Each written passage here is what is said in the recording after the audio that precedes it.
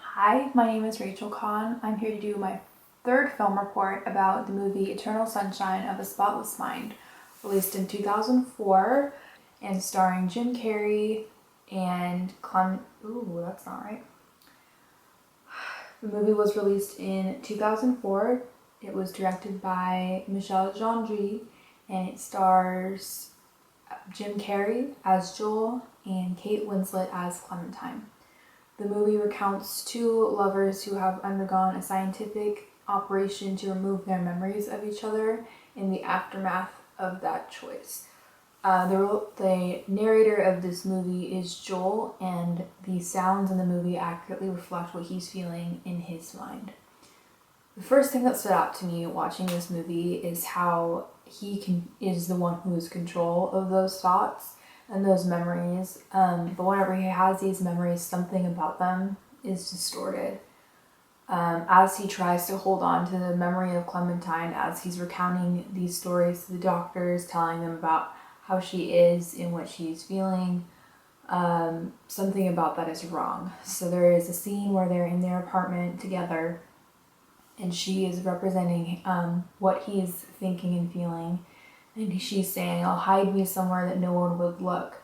So as they're having this conversation, the audio switches to kind of echo and reverb an old memory that he has of himself as a child singing and dancing in the rain. So her voice is singing, his younger voice is singing, and he's singing. And as he crosses the living room to sit underneath the table, with this rain fading in and the music fading in, we see her covered in rain in the living room at the same time as it pans back to himself as a child wearing rain boots and dancing in the rain, and the distorted sound is the key to see that this memory has been distorted, that he's almost trying to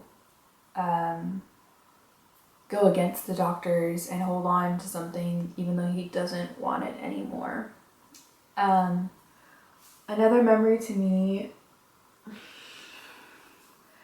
there are always visual cues that something is off as well, especially towards the middle of the movie. You start to notice like something goes wrong in those memories, something shocking in those memories that happens. There's a scene in the bookstore where they're discussing their relationship and what kind of girl she is, and he's trying to convince her to fight for them. And so it starts from just the conversation to you focus on the environment and where she is, and she's at her work at the bookstore, and all of the books have been inverted, so their spines are facing the inside of the shelf.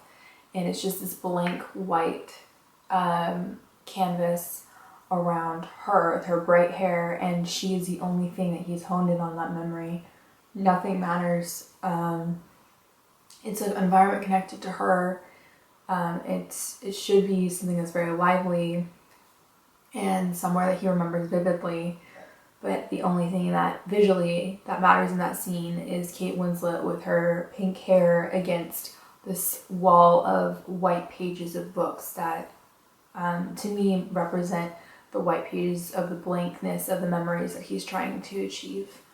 Another big sound factor in this movie is the role of the voiceover, and how the voiceover plays a big role where he is often introducing a scene or talking about a scene, and then you fade into a conversation that he's having. So it can be a little jarring, especially towards the end of the movie where they're playing their memories of each other and they're talking at the same time as their voices are going, and it really just visually and audibly just cues the audience into knowing what's wrong and kind of questioning who is reliable in that situation, and they can look back at how they felt about something and have their negative memories playing at the same time as they're trying to start something new. So I really like this movie. It's really interesting. I've watched it before. I really like it. But I've never really sat and noticed the sound before. So it was interesting to see the major role that played in Eternal Sunshine of the Spotless Mind.